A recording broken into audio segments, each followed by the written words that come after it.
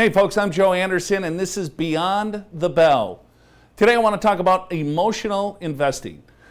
In my opinion, there's two types of investors that are emotional. One is the frantic investor. When markets go down, they freak and they sell, but when markets go up, they're elated, they're happy, and they buy. When good news is on the TV, they buy. When bad news is on the TV, they sell.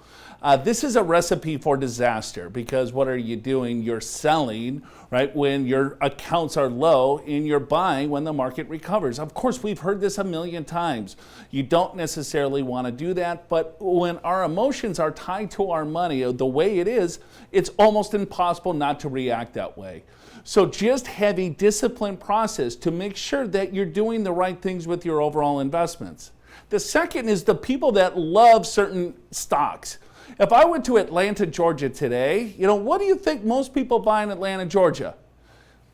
Coca-Cola, right? How about here in San Diego? What do you think people love in San Diego? Qualcomm. How about St. Louis, Missouri? What do you think people are buying there? Anheuser-Busch, right? So they're buying what they know. They're emotional to those overall companies. My grandfather worked for General Electric for 30 some odd years.